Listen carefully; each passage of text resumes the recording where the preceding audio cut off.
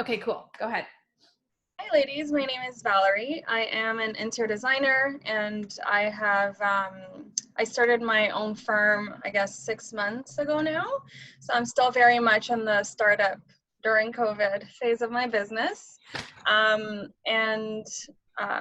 think one of the things that I am, you know, that's challenging me most is just how do I navigate networking and like sales. And Vanessa has also been helping me with all of that because she's amazing. But I would say in my business right now, that's the biggest challenge, to try to start and grow a new business during, just trying times in our world right now. So what have you been doing that has been working? Or are you still too new into it that you don't have feedback on that yet? in terms of sales, Sales and networking. I think networking is a bit easier, even like just connecting. I know like last week there was a big Instagram post, like follow each Yes, other on the on Facebook group. the Yeah. ladies community, and I would say like it grew my page by at least like, I don't know, over 50 people, which Yeah. I have a tiny little Instagram right now, so that was like a nice boost for me. But I'm definitely starting my outreach this week based on some conversations that I've had with Vanessa, and it's just going to be all about trial and error to see what works and what doesn't. But I think as someone who's, I definitely consider myself as like an empath, and like I feel everything that's going on in the world, and like that sometimes, I struggle to sell. And I know Vanessa has talked about that, but at the same time, we still all have businesses to run. And so it's being mindful about, how we do that. Yeah, totally. Cool. I think that is a common thing that a lot of people have been mentioning lately, and it might be worth going deeper into that as well. With the networking and sales, quick tip is, as you trial and error, make sure you ladies are taking stats. Like, make sure you know your numbers, make sure you know what are you trying, what are you doing, what are your results and your response rates, so that you can continue modifying and growing from there. Because then when you go to other people for advice, whether it be, mentors, coaches, whoever, you can say, here's what I'm doing. Because what I find within networking is so many people will say this isn't working, but it's not the action that's not working. It's your email is off, or your follow-up message is off, or like your text is off. There's the wording. It goes to the really detailed of like, I think it's really beneficial for you to actually have like your template. This is what I'm using. This was my results. What did that look like? Because I see in, people, when we've done sales and I've used other people to help me, we've used different templates, gotten completely different results. Funny enough, we've even used the same template and gotten different results. And I say that because I think that this emotions thing, and what you tapped on already, Val, with, empath and emotions and where your energy's at, like, it's real. Because when we have different energy when doing sales and networking, we get completely different results, and people will get completely different results using the exact same words.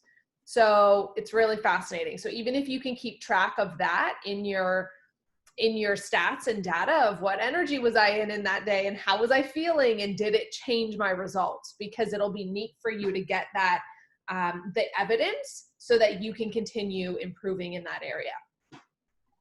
Cool. Thanks so much, Val. Okay, Kirsty, you are next.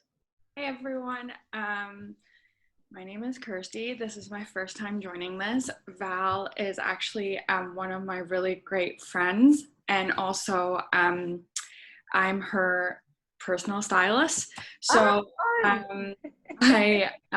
started. Sorry? You love her mother when she gets dressed up in the morning. Oh my God, you should totally meet her. Anyway, sorry.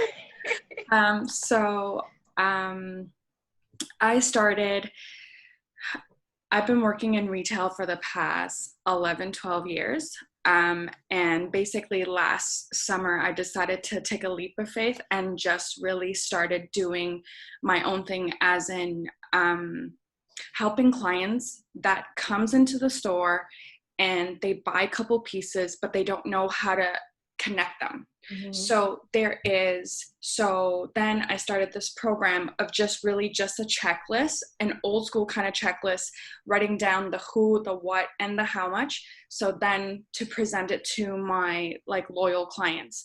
Then I got a lot of feedback because everybody started referring everyone. So during COVID, because all the stores were closed, I had nothing else to do but to actually invest in doing my website. So my website is up. It's been up for maybe 5 days, and there's a lot of tweaking and image, and you have to plug in like client testimonials, which is all of this is new to me because I connect with clients more of like a face-to-face interaction versus, oh, here's it, like, let me just write you an email. It's more like, hey, like Val will be like, hey, Kirst, like I need something. And then I'll just pick up the phone and call her. I feel more comfortable doing that. So that is one of the main challenge that I'm facing, is really just getting myself out there, because also you have the fear of being rejected. And obviously no one wants to feel rejected. That's number one. Number two is really just, I guess, believing. Mm-hmm. Yeah. Like when obviously in every single platform, there's always going to be positive feedback, and then there's going to be like some negativity. But then the thing is, how do you use that negativity to drive you and flip it into something that's more positive? And then, so Val introduced me to like the Facebook group, which I'm very grateful for, because then I really, like, before I went to bed on Friday night, I just typed in the message. I'm like, hey, everyone, thank you so much for inviting me to this community. I just, this is what I'm starting to do. Please let me know if you have any feedback. And people were just really, really nice about it. And yeah, like, it's really just taking that step. Because like, you're here, but then you're afraid that you're going to fall. Yeah. But then you have to believe it, because if you don't believe in your own service, then how can you expect people to believe in you? And you see the transformation. Like, I've seen my clients, when I go in there, when I clean out their whole entire closet, they feel lighter. And then when I leave, they like have this glow that's just from within, you know? And it's crazy because we're so connected and we're always on the go, but we're never really connected to the garments that we're wearing. Mm-hmm. Yeah. But to even get that out there, it's hard, because you really have to be in front of that person to be like, hey, this is what I do. This is how I do it. And then sometimes you have clients that are like a little bit more skeptical. But yeah. Well, and it's just natural objections. Cool. So congratulations on taking COVID really by the, can I say balls? Right by the balls. And that's awesome. I love your determination. That's great. So what I'm hearing from you, there's a couple different elements, and I'm going to say them out loud, because if we don't have time to go through them, message me and we can chat later, and or maybe it's a topic that we want to cover next week or on another group training. So a couple elements in what you're talking about: 100% marketing and providing value. So much of what you do and so much of what all of us do is education. So making sure that you're realistically, I'm not sure how you feel about this, but Instagram and social media right now, that's where I get all of my clients. So you making sure that you're educating, it's different for different people. Some people use Pinterest, YouTube, whatever. Social media is how you can educate your clients and continue to build those relationships. So I totally agree, face-to-face is important, but then looking at your marketing techniques and how you're really building community and allowing people to understand more about what you do and giving them value so that they work with you on a greater scale. With that being said, it's really important for us as women to look at your money and look at your packages. You need to know what you're selling and what your packages are so that you can be making money and creating value. It's so important for you to understand your business model, where your money is coming from, so that you can continue to grow and scale. Right. Does that make sense? Yes. Yeah. Okay, cool. And then we also have your mindset, belief, and rejection, which is definitely a deeper part. And I think I still want to dive into that a little bit more today. How does all of that resonate with you? Is that accurate? Yeah, it's pretty accurate. Yeah. Awesome. Okay, Miriam, I'm going to pass it off to you. Hi, folks. This is my first time in this session as well. And I'm like very in the baby steps of entrepreneurship. I finished a 3-year contract on the last day of May. So I've had about a week to figure out kind of what I'm trying to do with my life. Cool. For the past like month-ish, I've been like toying with the idea of starting a consulting situation around professional development. Because for the past like 4+ years, I've been doing professional development, but in a very like structured way. Yeah. So I'm looking to like expand out of that one space and provide some of those skills to other environments and different companies, stuff like that. So I'm still very much in the baby steps, but I have started figuring out kind of what kind of course content I would be able to do. I'm kind of like still very much like dreaming. I haven't figured out a name yet.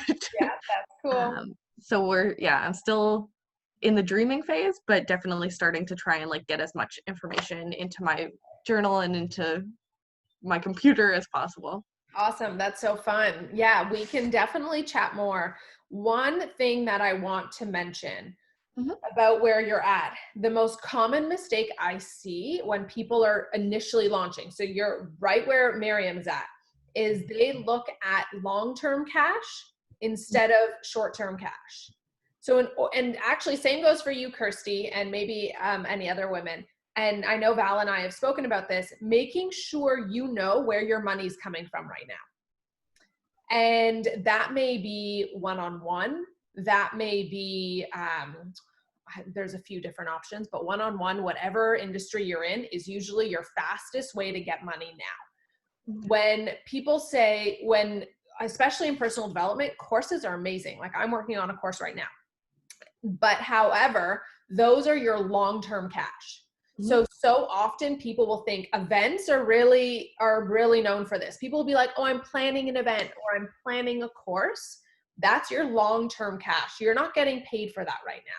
So in order for you to survive, you need to bring in clients right now. What's going to bring you immediate short-term cash? And then as you are managing and building, then you can start bringing in your long-term cash. Does that make sense? So for example, like I work with a lot of coaches as well. And I always say for them, and you can translate this into your industry, like know your capacity, know what you need to make monthly. Once you hit that and that's going and that's flowing, then you can start working on your scaling and your expansion plan. Because I want to make sure you don't have to worry about paying for your mortgage, rent, and food. You need to make sure you're covering your base costs. And so many women forget that. I did myself as well. And when I went to my coaches and I was like, shit, I can't even pay for food. They're like, yeah, these are some things you need to do to bring in immediate cash.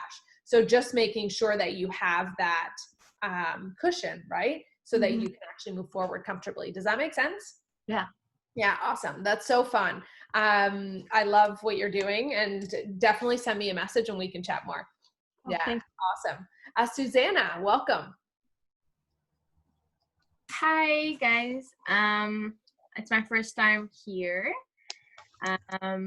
Actually, Vanessa, I believe it's you. You've contacted me on my page, so that's how. Yes, Yeah, that's how I knew there was like the ladies community, and I just started my business in March. I got it out there on my birthday because I wanted to do something different on my birthday. But then once it's out there, I'm still struggling to how to still maintain it, grow, and everything. I do calligraphy, so that's what I love to do. That's for now it's like a side passion and a hobby that I started with. And by day, I'm an educator at a school. I work with kids, so that's what I do. My challenges for now is once I'm there, like I see everybody, I see that I'm not the only person. That is so many people out there, and it's could be like overwhelming to kind of get a place, have your own place in there, and just believing that, you know, like everybody brings something different to the plate, and that we can all be unique in our own ways. So it's to believe that, having that confidence and not feeling like overwhelmed by all these like people. So it's having my pace, and I'm like someone that is shy and I like to be in my comfort zone. So right now it's like trying to come out of my comfort zone and believing that I can do this. Yeah. So that's the biggest challenge. I guess the challenge is mostly like my mindset. 100%. Yeah. And I love that you acknowledge that, because it is for every entrepreneur. Mm-hmm. And until people recognize that, then they're not going to move forward, right? Like when you start your own business, every single insecurity, fear, and unknown, and all of your challenges and wounds are just magnified. So the faster you can get through that, and the better, but it's going to take work. And if I'm being honest, I think the hardest thing about being an entrepreneur is putting the work in that, because we're so caught up in the business that we forget about our mind. And then we wonder, you know, why isn't it growing? I'll give you a quick little story about me. When I was an entrepreneur for, 5 years, I felt like I was grinding and hustling so hard and not going anywhere. And I was like, what the hell? Like, with the amount of work I'm putting in, I should be building a much larger business. And it just wasn't working for me. And I remember, do you ladies know the movie Inside Out? It's like a cartoon, okay? Yeah. And they have little, like, bubbles in their head, and it's all like emotions and psychology. Long story short, I watched this movie and I was like, oh, holy shit, all of the bubbles in my head are blue, and which was sadness. And I was like, I'm working so hard and I'm inside, I'm just super sad. Like something has to change. And then I say that I dedicated to my mental Olympics. And I was like, no more. Like, I am committed to changing my mindset and really getting to the next level. And it was only after that was I able to work less and make more, like effortlessly. You know what I mean? Mm-hmm. Yeah. Cool. I love that. And then one other thing I wanted to mention about your calligraphy that's so important, obviously, for you to know your messaging, know your uniqueness. But then also, and this is something we can talk about after as well, knowing how your money is coming in. So especially for creatives, I love that you have no shame in also working another job. And that's really important, because if you are, I don't want you to feel stressed. If you need to work another job, you work another job until you get the evidence. So I love actually how Kirsty, did you notice how she like just kept making the next best step? She made the sheet and that she got lots of referrals. Then you just keep making the next best step and you can get there. It's okay if your business doesn't go full time for like a couple of years, as long as you have that foundation that you can build that. But then knowing, what does your revenue structure look like, and do you want it to go full time? It's totally cool if you don't even want it to go full time. But just knowing, if you do want it to go full time, where's your money coming from and how can you make that a reality? Because there are people that do calligraphy full time. There are people that do, personal development and design and all of these things full time. So it's just understanding what your specific revenue model is going to look like. Does that make sense? Yeah. Yeah. Okay, cool. Thanks so much for sharing, Susanna. It's awesome. Okay, Catherine, go ahead. Good morning, everybody. So like many, first time on the call, and sorry for dropping off. My computer decided to restart. All good. So for me, a little bit different than all of you. So I've actually, my struggle right now and kind of what I'm up against is, for the last 10, 11-ish years, I've been like very well known as like the food encyclopedia and or the retail guru for a lot of things. But with COVID being the way that it is, I actually was laid off from a job that I like so deeply connected with, and like dealing with the emotional of that nonsense. But then also trying to realign I'm not only this like food encyclopedia, but the focus of like my health and wellness business and becoming that an element of it, which is a little bit contradictory sometimes because like food to me is such a love language that like I don't eat for nourishment, I eat for the joy. And like in health and wellness, there is that contradictory nature. So it's just combining those worlds, but in a way that's like really tangible, especially as I'm transitioning out of a full-time job that was like 70 hours a week to no hours a week. Wow. Yeah. Do you see how you want to merge those loves and what you want that to look like or what you want to create, or not yet? Not yet. I think I think that the grieving process is still very real, and I'm like trying to give myself space and time to grieve. But then also like, I don't know if anybody can relate, but I'm like I like having lots of things on the go. So I had my full-time job, I had my business, and then I also was a freelance writer about food. So it was kind of like, you know, the full-time job gave me lots of like brain food. My health and wellness business gave me lots of soul food. And then, you know, my writing was like my creative outlet. So it was really that like combination of the three. So I think I'm just on the hunt for what the future of those looks like. Yeah. Yeah. So that's kind of what I'm up against. And then Valerie, your comment about like being an empath and like feeling the feels right now, like, whoa, like I had to like separate myself because I was like, I can't feel any more feels at this point. Like it's just too many feels. Yeah, I know. Yesterday, I literally went for a 2.5-hour walk because I just needed to like be in nature and just connect. Cause I even like, I don't know if you can tell, I was literally wearing this shirt and then got like burnt. I was like, oh, guess I was out for a long time. Yeah, no, I hear you. I love where you're at. And I appreciate that you said that you're still in that grieving process because you are in such a huge transition. It's just honoring yourself and allowing, depending also on your financial situation, allowing you the space to figure that out, right? Which is really beautiful.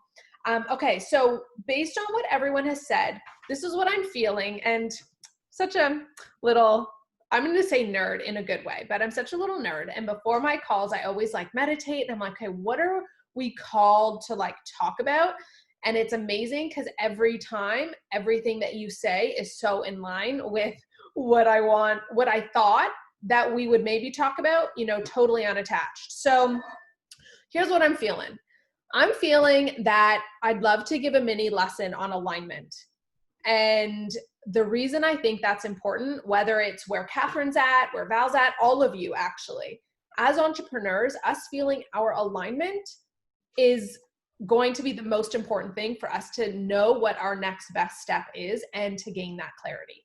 So I'd love to have a discussion around what that means to you, how you find it, how you know if you're actually in it, and how do we maintain it? And then we'll continue to give tips as we go along. Because when I work with clients, I see a lot of things. I see either they have no idea what alignment is, they have no idea how to find it, or interestingly is when they think they've found it and it isn't it.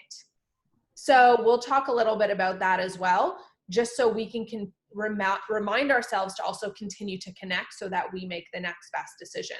And just honoring that that decision continues to change, but just knowing if you find clarity, then you'll gain more clarity of what your next step is. So how does that sound to every one of you? If it doesn't resonate, it's totally cool if you hop off as well, not offended. I want you to get value. So, okay, so let's chat. And again, it is not, doesn't matter who speaks first. What does alignment look like and feel like to you? Do you even resonate with that word? Yeah.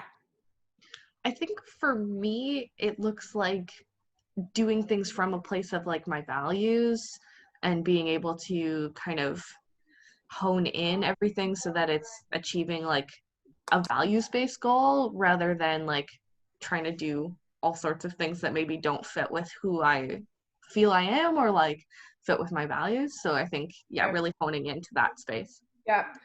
Talk to me about what does that feel like when you're acting from your values?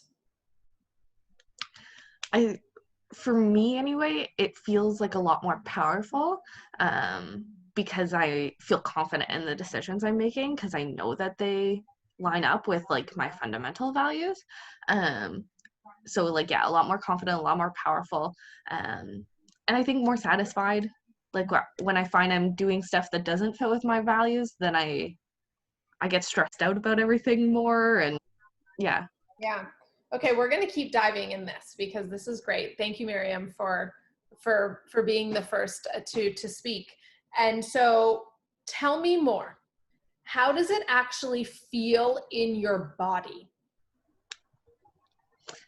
Well, I think the stress part that comes with being out of alignment ends up being a lot of anxiety and a lot of like tension and like And just body stress. Yeah. So how does it feel in your body when you do feel in alignment?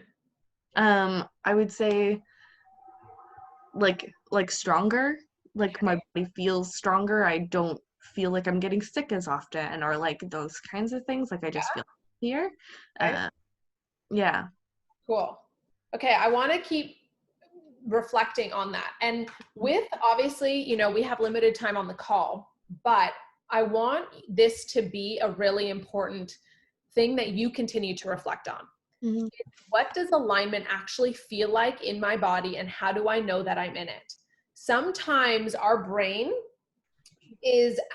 gets really caught on our values, you know, like Miriam had said, this is very common, on what we believe and what we think. My suggestion to you is to question everything. When you think you're in alignment and you think you're living in a value, I need you to ask yourself, why do I believe this? Where did I pick this up? And is this my truth? Because our values will mess with us. Because sometimes, and so you can write out your values, but looking at them all and thinking like, is this actually my value system? Like, is this really important to me? And why do I believe this? And is this my truth that I want to keep living into? Is it benefiting me? Because really, it boils down to feelings of what alignment feels like and how you, so what the feeling actually is, Miriam, based on what you're saying in this short time, is you're enjoying, you like the feeling of feeling like you're living by your values. Mm-hmm. So really diving deeper into those values to see what those are for you, to understand what are your core values, and going back to the feeling of those core values, freedom, whatever it is. If all of you can close your eyes for a moment, we're going to play a little game. So I want you to take 3 deep breaths, and I'm going to say a series of words with a gap between each word. And when I say the word, I'm going to give you a moment to feel the word in your body. And notice how it feels in your body. Notice if you can easily feel that emotion. Notice if you resonate with that feeling.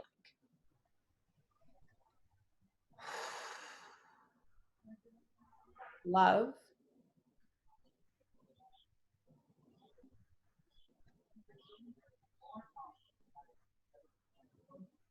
Care.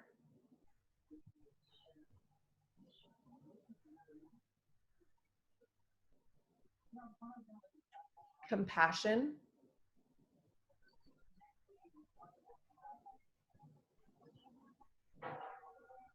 Appreciation.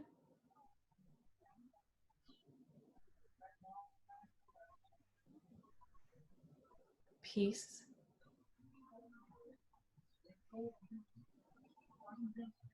Hope.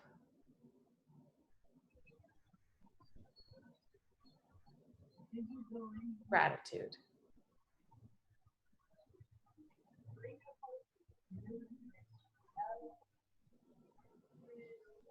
And take a deep breath, and you can open your eyes when you're ready. Were you able to feel the emotion of the word in your body? Well, for me, like peace and hope was a bit hard. Mm-hmm. Cool. Interesting. Confusing. Yeah. Okay, cool. Anybody else? Were there any words that were harder, or how did you feel about the words? Like love and gratitude, I felt great. Like I can feel that my body is not like tense. But then when it came to compassion and peace, I can feel that like something, like it wasn't even like my body was just tightening. You can just feel like maybe you're just clenching your jaw, or, you know, you're not as relaxed.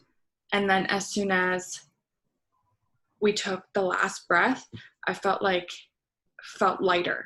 But definitely like compassion and peace, I would say like was more difficult than like love and gratitude. Interesting. Cool. Anybody else?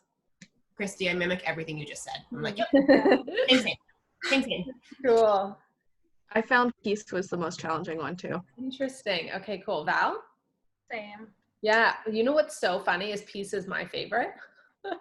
Whatever, it's all good. But this is fine. Like, so this is a really, really easy way to see some inner blocks within us, as well as to start waking up our emotions and our alignment.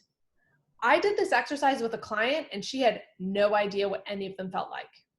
So if that was you in any of them and you couldn't feel the emotion, that's okay.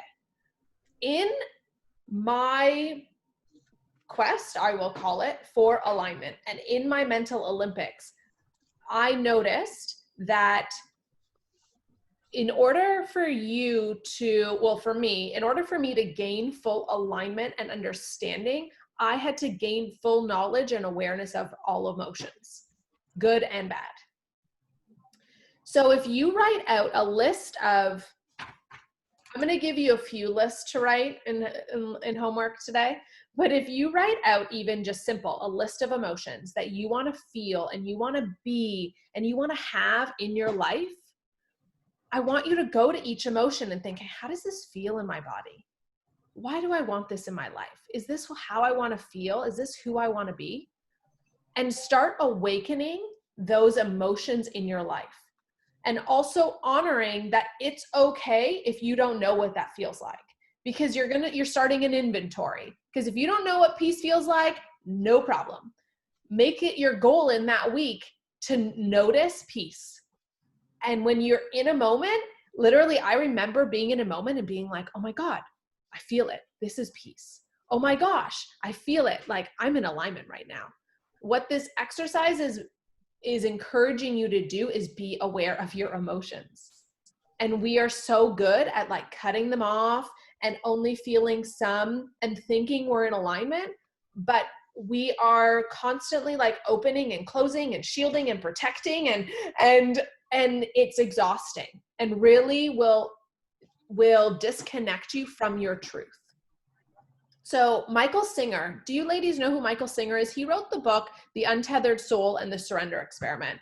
Beautiful. I love his books. They're so amazing. And he describes the opening and closing of this illusion of safety as an opening and closing of our heart. So if you're finding that you're feeling it difficult to find alignment, to find emotions in the moment, and you're not sure what things feel like, he suggests to literally like shoulders back and visualize opening your heart. In an argument, when you're in a situation with someone that you feel like, we feel it. When we're mad and we're frustrated, we close, figuratively, literally. So in order for you to continue to be the light that I know you are and that you want to be and do in your business, it's this commitment to constantly being the light, opening your heart, and like being of service and shining your amazingness to the world. Does that make sense? Okay. So, and it doesn't mean that you're not going to feel negative emotions. You will. But you working on this will help you to be aware of a couple of things. Obviously, your emotions in the positive and negative. I'm going to call them positive and negative, even though they're not negative, but the ones that don't feel so good. The faster you notice you're in a situation that you aren't feeling good emotions, the easier it will be for you to soothe, reprogram your mind, and move into your truth. Is that making sense? Mm-hmm. Okay. So I want us to chat a little bit about something else. So I want you to talk to me about, well, okay, I'll give you an exercise and then we can chat about it. Your exercise is to write a list of what is your truths, like who is your highest self? What does she act like? What does she feel like? Who is she? What does she be? And then right next to it, I need you to write a list of your pains and insecurities, almost as if they're two people. Your awareness and clarity to know what is your, I'll say my name, but like, what does my pain, Vanessa, act like? And what does my highest self act like? They are not the same person. And we confuse them to be the same person. And that's when our insecurities and fears and beliefs start taking over. Because a few of you had mentioned the word belief and you wanting to increase your belief in yourself. You do not believe in yourself when you are in your fear, but then you think you're in your truth. So it's in yourself recognizing like, okay, wait a second, I'm not feeling good right now. If you're not feeling good, you've just told yourself something that your truth does not believe about you. You've compared, you are doubting, you are thinking something about yourself that is not in that truth column. So the power is going to come from you understanding when you're living from your fear and when you're living from your truth. And then you consciously and deciding to choose your truth, even in painful situations. Is this resonating? Is this making sense? Okay. So I want you to talk to me, ladies, about pain and truth. Do you know what your pain feels like and what your truth feels like? And what is if you're not resonating with the word truth, let me know. And if you want to further talk about what does truth feel like and what is that for you? Anyone? So Vanessa, when you're asking us about like our highest, like our truth, is it like what our core is, like our moral compass? Tell me more about that. What is your moral compass? Just to treat people the way how I want to be treated. How does that feel for you? If I'm being mistreated, then obviously I get really angry and emotional, and there's like a lot of negative things that comes along with it. But is that your truth or your pain? The reaction. The reaction is my pain. Yeah. Okay. But I feel like it kind of goes not hand in hand. I don't want to say hand in hand because like you just said, it's two different individuals, which I do believe in. I feel it's very hard to explain because I feel like we are, like you said, we're programmed to kind of just open and shut if something doesn't feel good, we try to ride it, like we try to like sweep it under the carpet and just let it kind of go. But at the same time, like,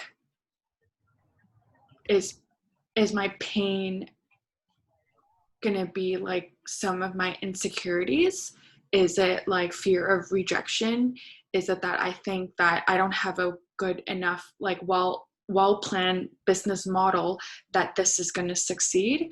Or is it just, like you said, maybe it's just fear? It's just all in my head. Mm-hmm. So it's all of those things. Okay.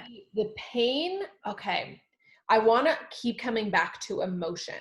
Okay. Some of the things that you stated of, not having the right business plan, 100%. That is a activity and a result that can be changed. What feeling does it evoke for you in your body? When we talk alignment, well, I'm talking alignment in this discussion. Yeah. I'm talking about the feeling of how you show up and the feeling of how you react in every situation. Okay. So showing up,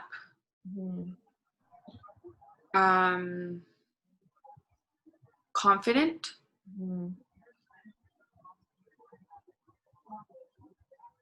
Yeah. Okay. Yeah. Yeah. Try to be like, try to be as confident as I can. But then the pain from that is, it doesn't matter how confident I am, I still feel insecure. Okay. So the power is going to come from when you realize that that insecure Kirsty is not truth, and you're able to observe your pain without being absorbed by your pain and becoming the pain.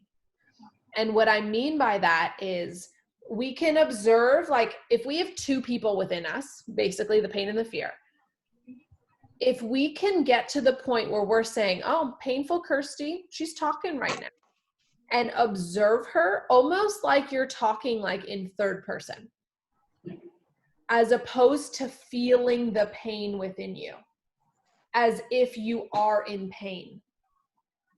Does that make sense? Yeah. Okay, so I'm going to give you a couple tactical tips because I know that we're talking about theories right now.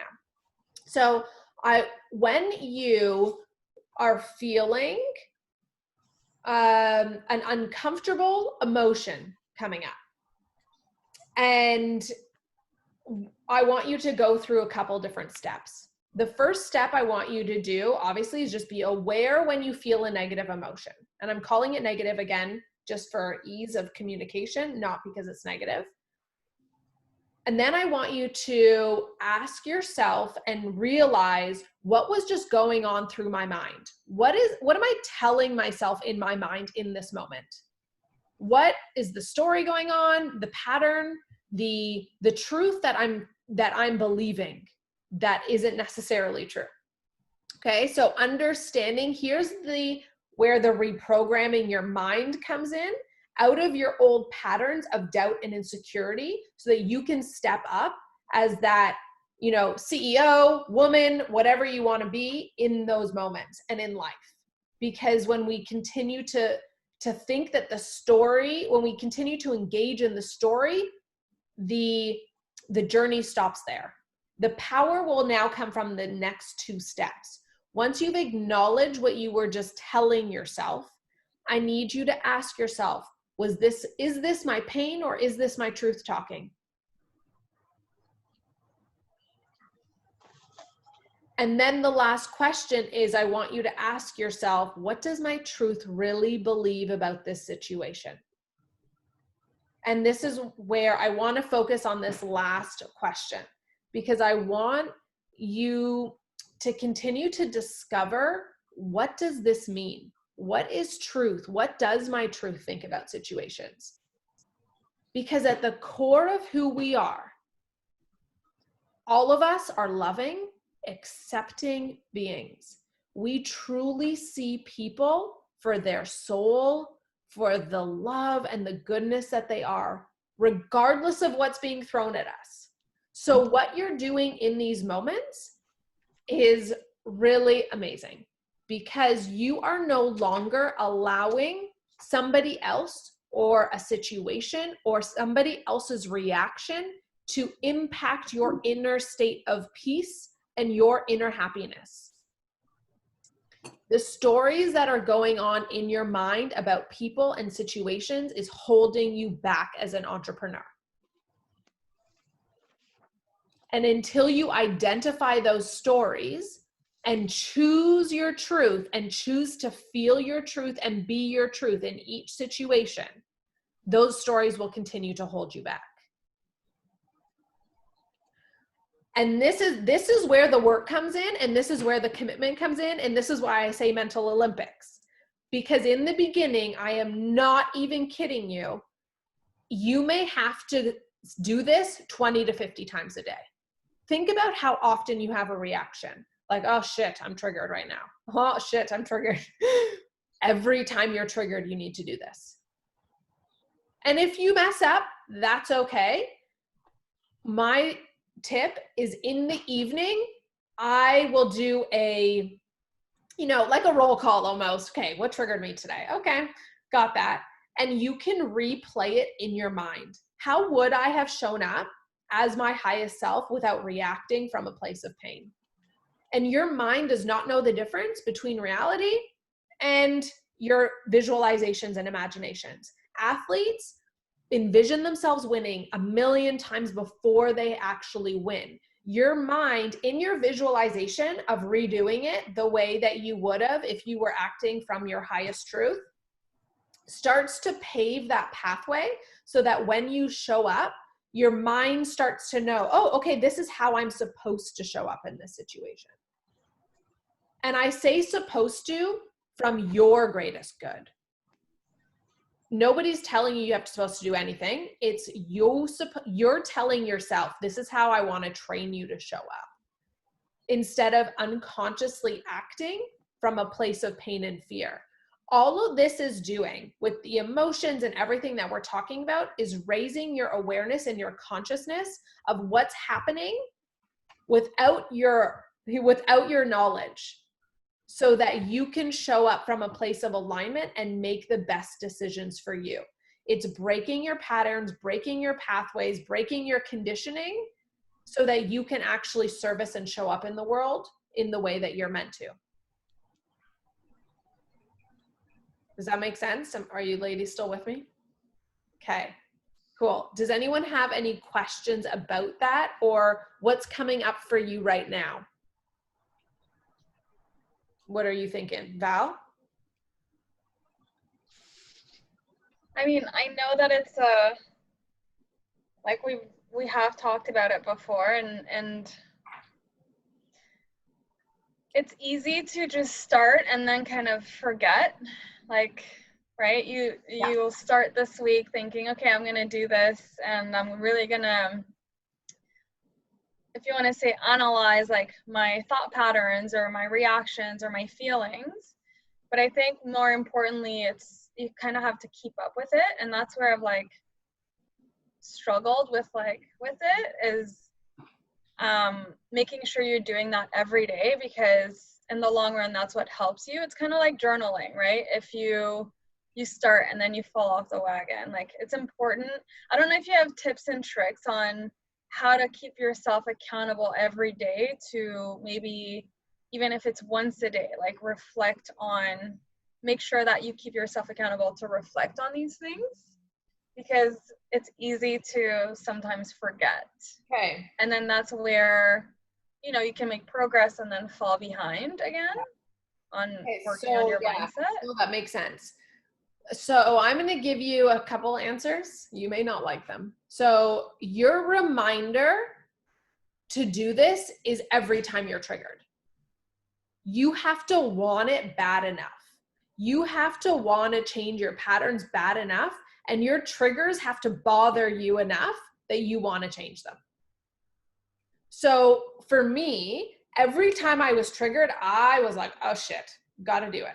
Like it just wasn't even an option because the feeling of the trigger was not worth it.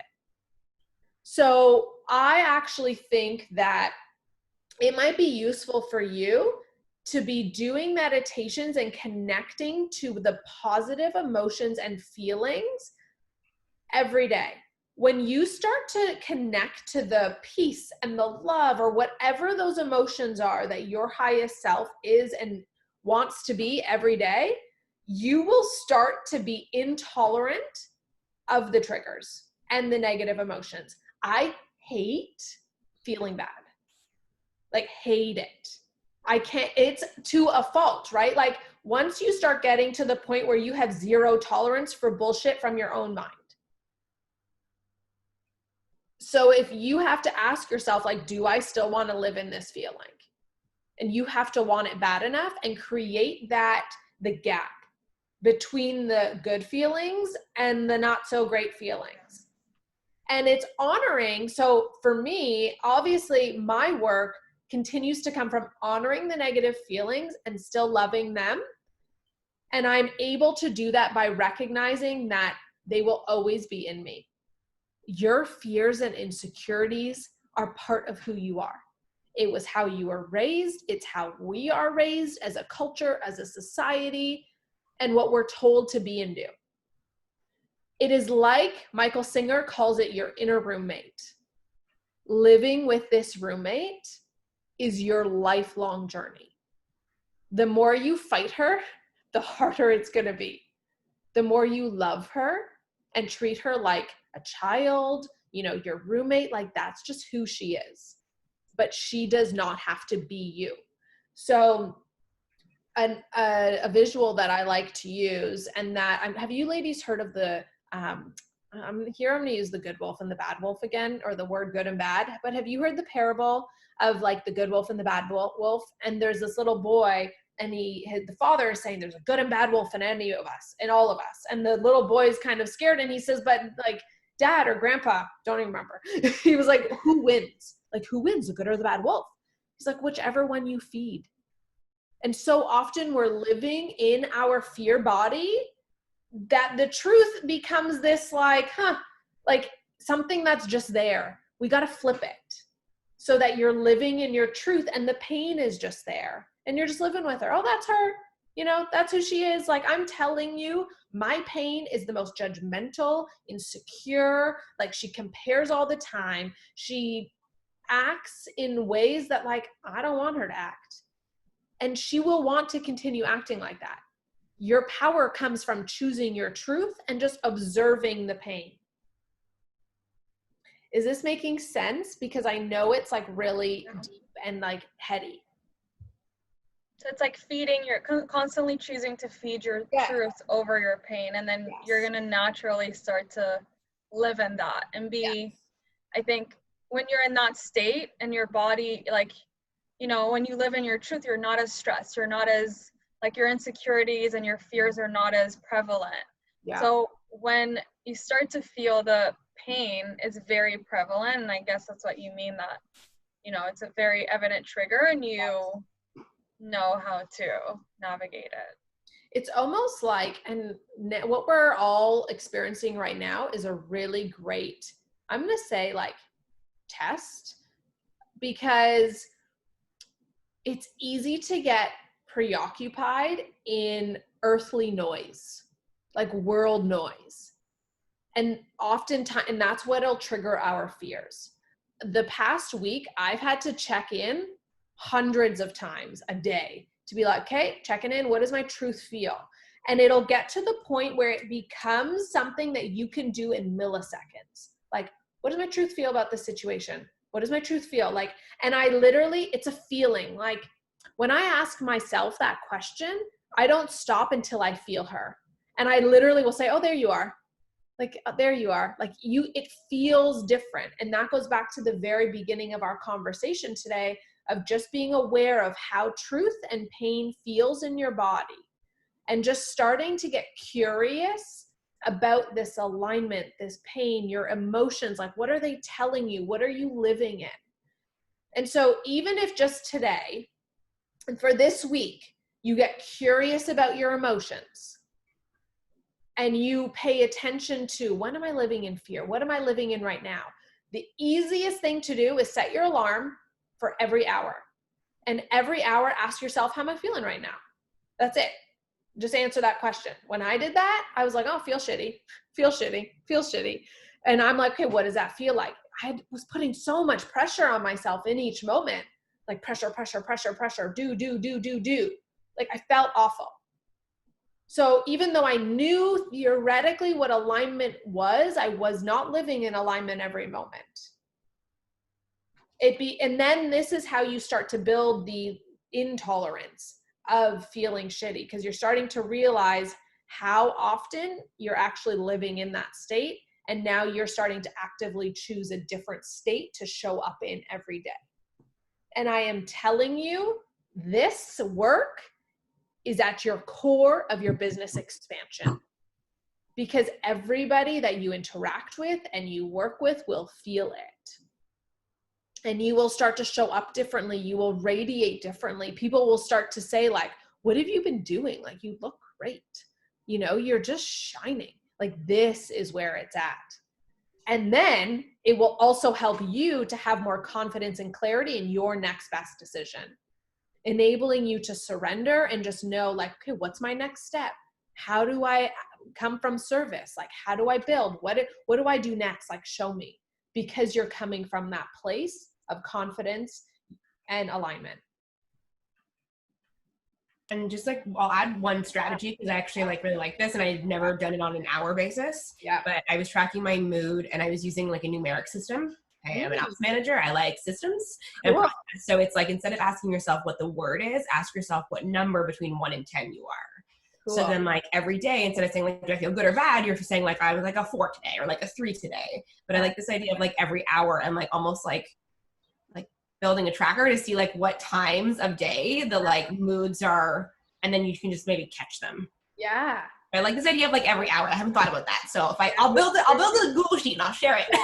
Yeah, it just is really keeping you accountable to in that moment. So I would ask myself, like, how am I feeling? And what was I just telling myself? And usually for me, because I'm like a hustler to my core, it was, well, you got to get going. You got to go, like, got to do something. And that is still like, she always is roaring in me, but just knowing what is that for you. But yeah, I like the numeric system. That's cool. And just knowing what that number means to you. Cool. Let's quickly go around because I know we are at time, so I want to be respectful of everyone's day. Let's just quickly go around and just mention, what are you taking away from today and what are you committing to this week? So that when we come back next week, we can do a quick recap as to how your week went, and then we can continue to add on to that, whether we talk about business, relationships, whatever you ladies need. So Val, go ahead. I think, connecting that to what I'm embarking on, the step in my business, and I have so many triggers of fear and insecurity as I put myself out there.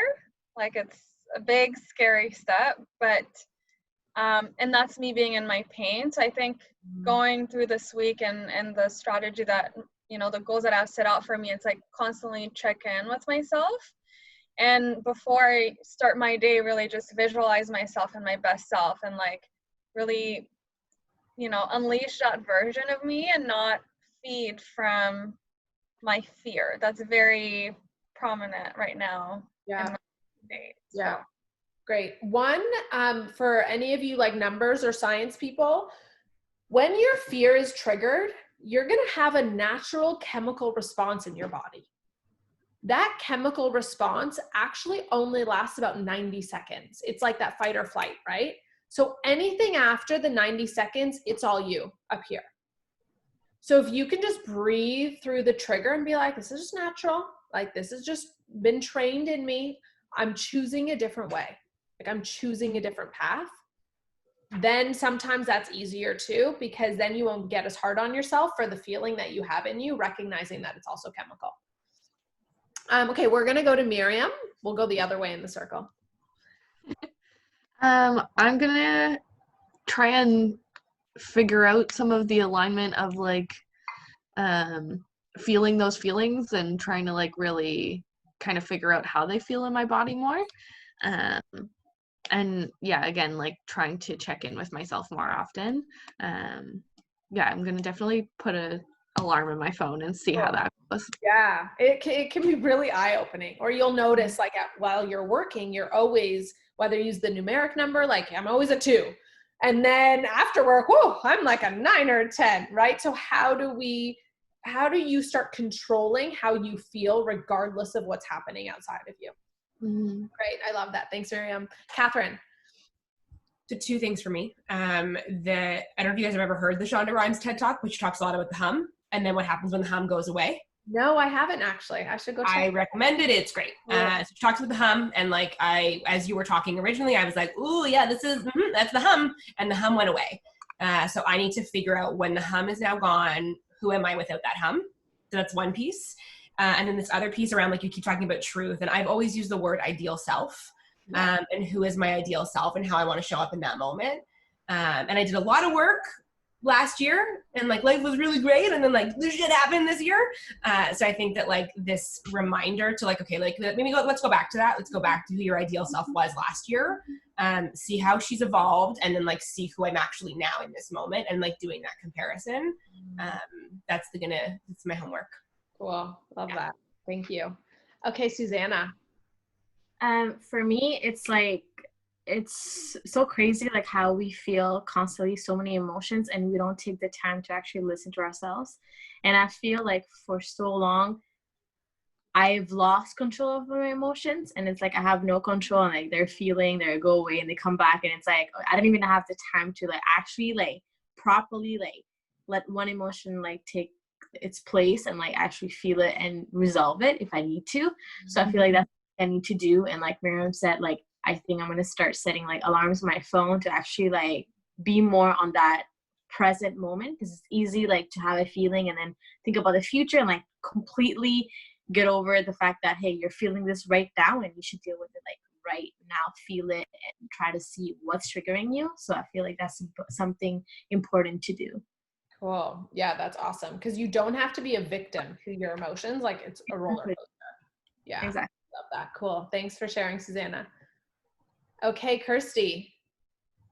I think my homework will really be just understanding my emotions, especially when you say like what triggers me. And I feel like sometimes we can all agree that we're really hard on ourselves. Like we want to go from step 1 to step 10 really quickly because that's how we are. So I really want to take this week and learn how I feel inside when I'm not there yet. That doesn't mean I'm not going to get there, but I'm just not there yet. Mm-hmm. And when you said like how you have to really believe and to really think that your insecurities and your fears, they're going to be inside of you. Don't try so hard to get rid of it, because I think that's what I've been trying to do and it's not working. Wow. So maybe I just really need to take your advice and just allow her to be in here while I'm improving and learning how to deal with my emotions, just even 1 hour at a time, 1 day at a time, and reflect before I go to bed every night and just see whether there will be a slowly progression of not allowing my mood swings to be up and down, right? Because when we're all going through that, it's also hard for us, you know? And sometimes I feel like we can all agree that we get so frustrated that we don't even know how to deal with ourselves.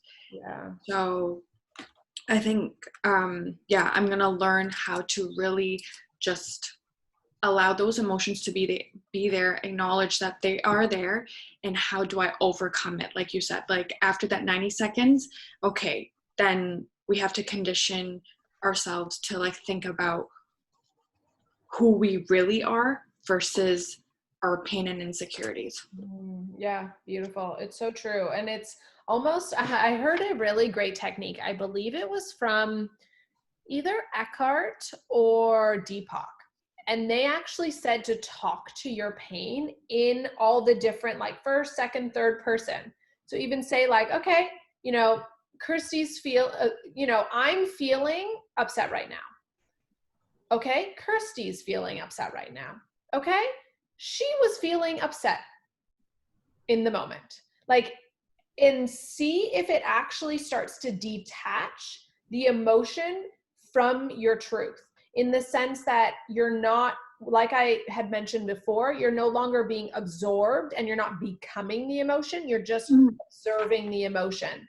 And like a parent would observe a child's reaction, you don't have to be the reaction, even if the reaction is making an appearance within your body.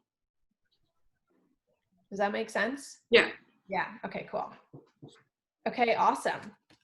Well, thank you so much, ladies, for being here on this little mindset day. I know it was super cerebral. I love talking about this stuff. This is my jam. I just think it's so important, and it's easy for us to always be talking about business, but this is where the core is at our business. And as women and strong women who want to make a difference and make an impact and help other people. And so I so appreciate you for being here and for taking the time and being open to chat about this and committing to working on it further this week. So keep me posted, send me a message on Facebook, Instagram, whatever, and let me know how this goes for you this week. And then we'll see you next week at 8 p.m. Okay, any other questions before we head off? Okay, awesome. Alrighty. Bye for now. Thank you guys so much, love. Bye. Thank you.